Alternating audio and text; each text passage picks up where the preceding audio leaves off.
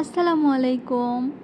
Hello everyone, সবাই কেমন আছেন? আশা করছি সবাই ভালো আছেন। আলহামদুলিল্লাহ, আল্লাহর অশেষ রহমতে আমিও ভালো আছি। রুকসানা লাইফস্টাইল থেকে আপনাদের সবাইকে অনেক অনেক শুভেচ্ছা। আজকে সকালটা আমার এত ভালো কেটেছে, অনেক দিন পর খুদের ভাত আর চ্যাপার ভর্তা খেয়েছি। আপনারা কারা কারা খুদের ভাত আর চ্যাপার ভর্তা পছন্দ করেন কমেন্টস করে জানাবেন কিন্তু। একা একা খাচ্ছিলাম আর আমার মা, আমার নানি, আমার খালা এদেরকে আমি মিস করতেছিলাম, কারণ আমাদের সবার এই ভর্তা ভাত খুবই পছন্দের। আমরা এত পছন্দ করি এই ভাতটা, মানে কি আর বলবো।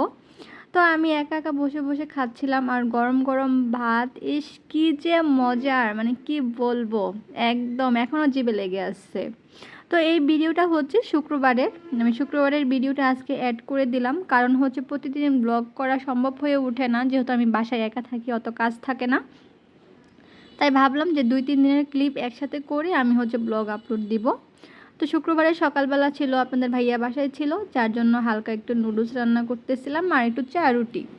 মানে সকালবেলা অত বেশি খাওয়া মানে হয় না, তো মানে ও থাকলে বাসায় ও অত কিছু খেতে চায় না, যার জন্য হচ্ছে আমরা নর্মাল রান্নাটাই করি আমি, মানে হালকা পাতলা নাস্তা হলেই আমাদের চলে যায়। তো এখানে আমি নুডলস রান্না করতেছিলাম। আপনারা হয়তো বা অনেকভাবে অনেকেই রান্না করেন, কিন্তু আমি হচ্ছে যেভাবে ছোটোবেলা থেকে শিখে আসতেছি, মানে আমরা যেভাবে খাই আমি সেভাবেই রান্না করি। এখানে কোনো এক্সট্রা কোনো কোনো ইয়া নাই।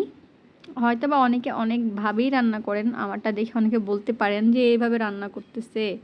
আসলে আমি এটাই পারি, কি আর বলবো। তো ডিম দিয়ে হচ্ছে আমি নুডলসের মশলাগুলো দিয়ে এখন এই যে নুডলসটা দিয়ে দিলাম।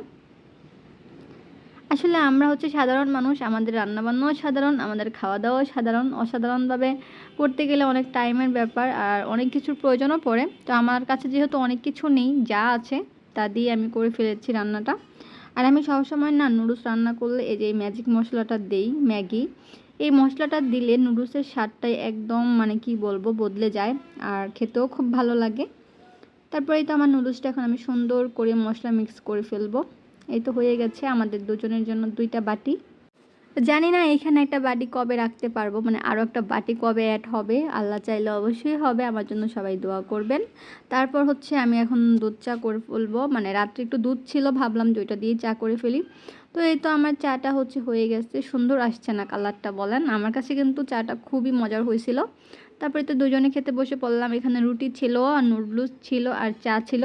এটাই হচ্ছে আমাদের আজকে শুক্রবারের নাস্তা। এটাই দিয়ে হচ্ছে আজকে নাস্তা পার করব। তারপর হচ্ছে আপনাদের ভাইয়া বাজারে চলে গিয়েছিল।